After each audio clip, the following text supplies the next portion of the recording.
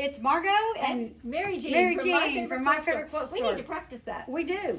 Hey, you want to start? We have some great market finds that we wanted to show you today, and this is one of the best things that we found coming out of market, wasn't it? Yeah, I think both of us took a liking to this, and when Margot called me and said, "Okay, what'd you pick for your market find?" She said, and I went, "Doggone it, that's exactly what I picked." So we are in agreement. This is a great product. This is a great product. But we wanted to try it out first. So we saw the demo on it, and I said, you know what?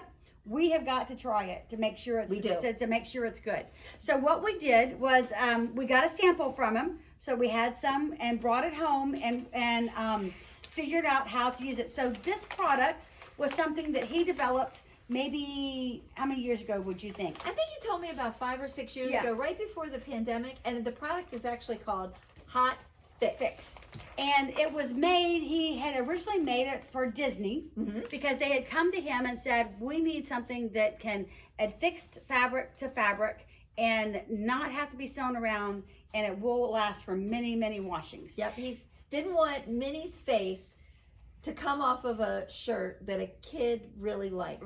He worked very hard on figuring this out. So it's not a fusible web, it's like a fusible glue.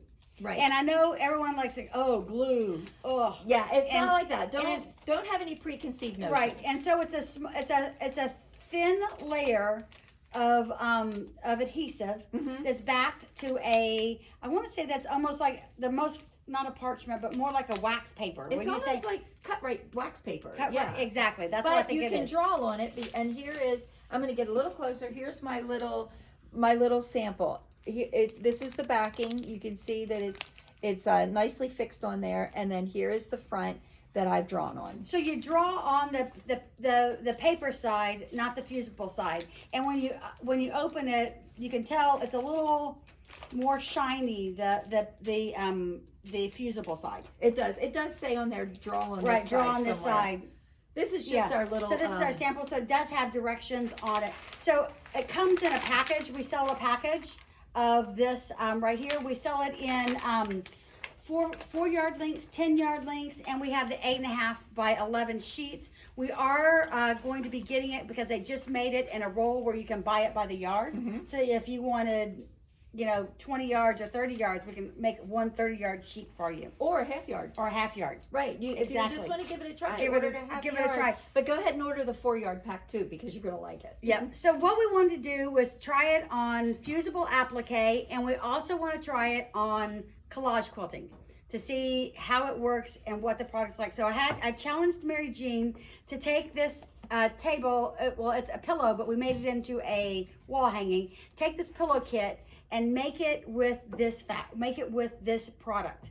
And she challenged me because I don't do fusible applique. No, she's a hand appliquer and an excellent hand appliquer, but she does not do fusible applique normally. So I thought this is the perfect way to try this out on someone that doesn't know how to really do the technique 100% and is trying out a new product. I'm a beginner. There's a lot of people out there that do have experience, but there's also a lot of people that want to try new techniques and see if they can accomplish them. And we had Mary Jean try a new technique, and she accomplished it just great with 3 phone calls, though. I was going to say, it only took me 3 phone calls. Now, how do you do this? And I did the first time I took my motif that I drew on, I ironed it to the front of the fabric, which is, you only do that once. Right. Because you can't do that. You can't do that. You got to iron it to the back of the fabric. So this is the final product that Mary Jean made. And we want to let you know that I said you've got to have to wash it. You got to make it and you got to wash it because we've got to see what happens.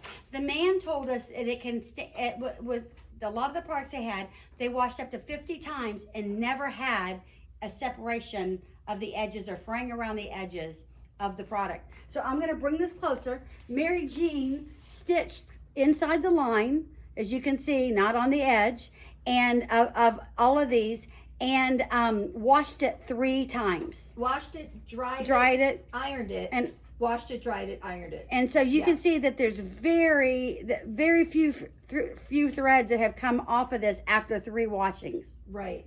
So. And I'm going to tell you, I am a beginner. I really was not sure exactly how to do this. hence the reason why I ironed it to the front.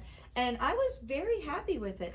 I have tried fusible applique before, Yep. just years ago, and I didn't like the fact that the backing or the part that you drew on came apart from the fusible web when you cut smaller pieces. Right. And I will guarantee that does not happen with this. Does not happen with this. So one of the things that so let's tell them what process you use. So you drew your things onto the applique, the fusible web with a Sharpie, an ultra fine Sharpie. That's what I used. And then you ironed it on the back of the fabric. I did. Second time. Yeah. And then you let it cool.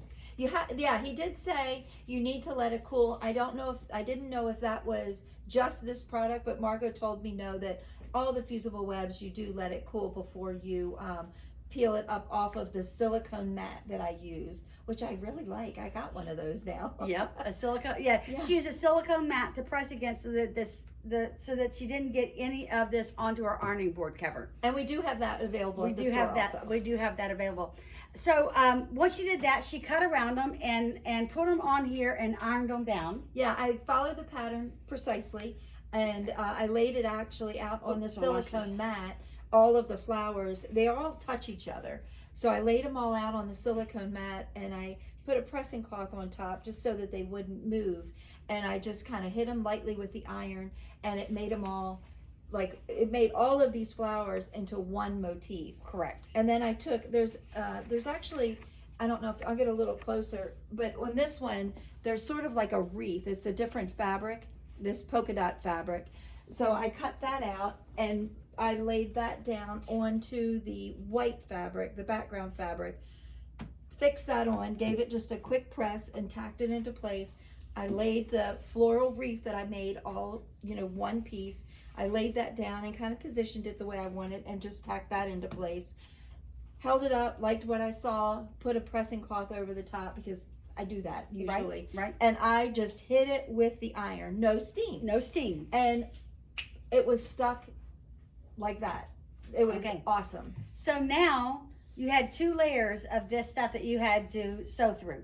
Actually, at some point it was 3. If you had the backing, the wreath, and the flowers, that was 3 layers. 3 layers, but 2 layers of fusible to iron through, to sew through. How did your needle go through it? No, somebody had warned me that you get like a residue. I guess it's gumming, they call it. Right. On your needle, and where your needle goes all the way down, where it stops onto the fabric, you sometimes get like a little ring of gum. Mm-hmm. I did not find that. Okay, so he told us that that you would be able to needle a number of pieces on top of each other, stacked as motifs, and that it would not gum up the needle. So a lot of times with Steam-A-Seam and other products, you do get a gumming of the needle, but this we found did not give us that. Yeah. I didn't use like a micro needle. I just used a regular, what are they called? Schmetz? 80-20. I used an 80. Yeah. I used an 80. Yep. So anyway, so and then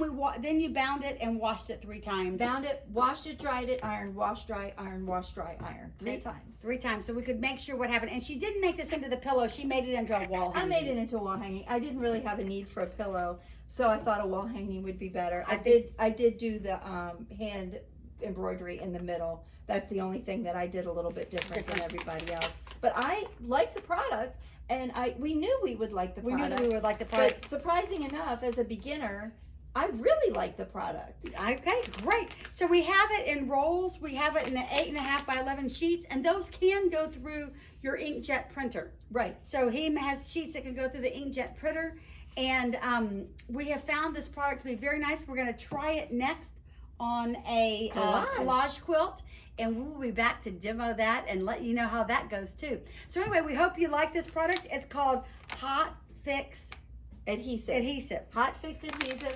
We liked it from the beginning, and we were right. And that's our market find of 2022. So y'all have a great day and happy sewing. Bye-bye.